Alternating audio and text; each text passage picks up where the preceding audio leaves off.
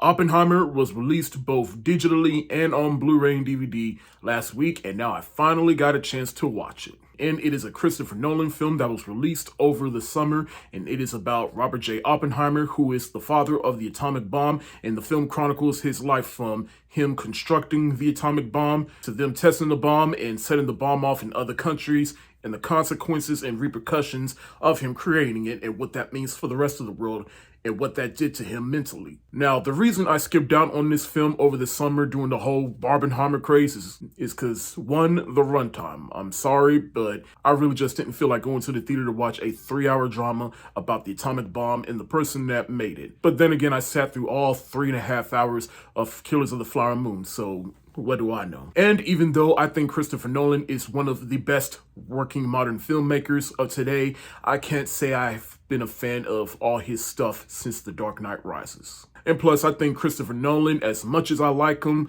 he's one of those filmmakers I think has let his success gone to his head, and it's at a point where all his fans just stand for him hard as hell, and there's nobody left to either call him out, challenge his ideas, or rein in his ego when he needs it, particularly during the pandemic when he was gunning for Tenet to be released in theaters and only theaters, which kind of turned me off a little bit. And it turned me off because I felt like he really wasn't being reasonable during those times. I mean, I understand he was trying to keep theaters alive and trying to keep the integrity of filmmaking, but at the same time, like, Christopher Nolan, come on now, read the room. But I waited patiently 4 months to watch his latest film, Oppenheimer, and how did I feel about it?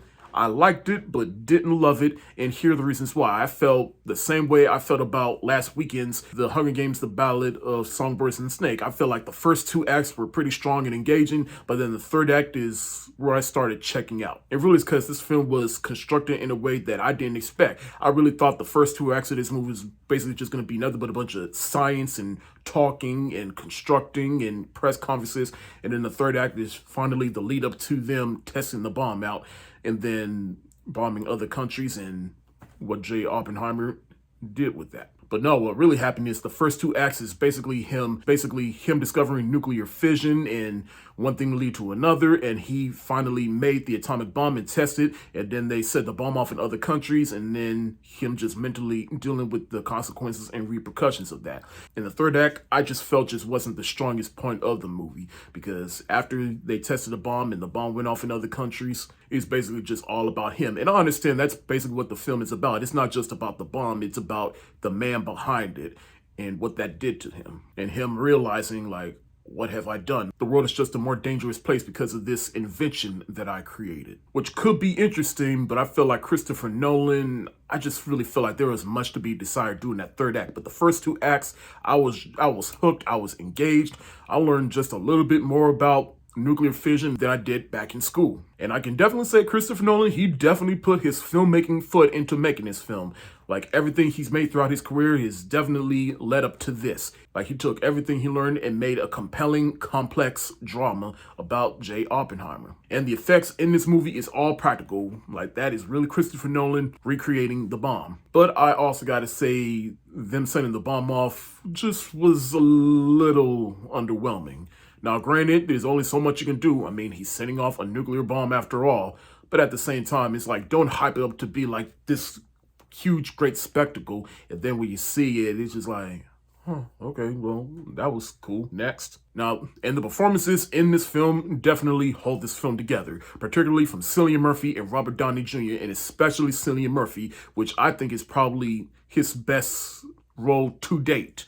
And like I said, he really found the humanity in Robert J. Oppenheimer and how he created this thing, and now the world is just a more dangerous place, and he really illustrated what that did to him mentally. Robert Downey Jr. is the second best lead in this film. You forget, Robert Downey Jr. is a legit actor, because the past 10 years he's been doing nothing but Marvel films, and when he gets a chance to step out of Marvel, you get to see, oh, he really is a legit good actor. Matt Damon is probably the third best performance in this film. The female leads in this movie is Emily Blunt, who plays Oppenheimer's wife in this film, and you really get to see how this affects their relationship and their life. Florence Pugh plays the love interest of J. Oppenheimer, and we get to see their relationship and what it's like behind closed doors and what that did to him. And aside from all of them, this is really a star-studded cast. I really mean it. Like, there's a lot of people in this movie I didn't know was in this movie. It's like Christopher Nolan just went to a bunch of people and said, hey, you want to be in my movie? And they all didn't say no, because who wouldn't want to be in a Christopher Nolan movie? Like, I'm telling you, like, there is really a lot of people in this movie that you know. Like, I got my laptop here. Like, you have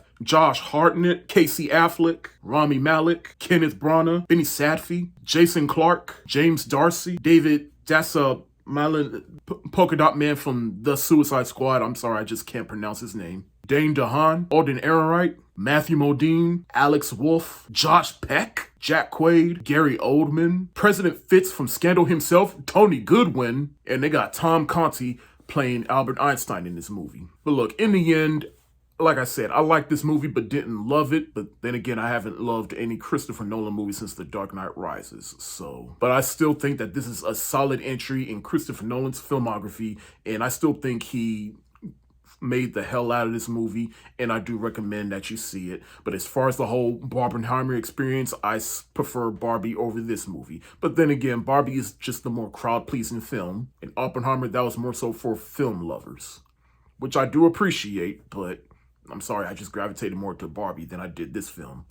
But at the end of the day, both films were good. No matter how you feel about either of these films, it's a good time for filmmaking right now, and both these films definitely proved that audiences want something new. They want something that feels like an event, and I appreciate both of those films for doing that. And even though I kind of shitted on this movie more than I actually wanted to, I'm still going to give Oppenheimer the thumbs up emoji.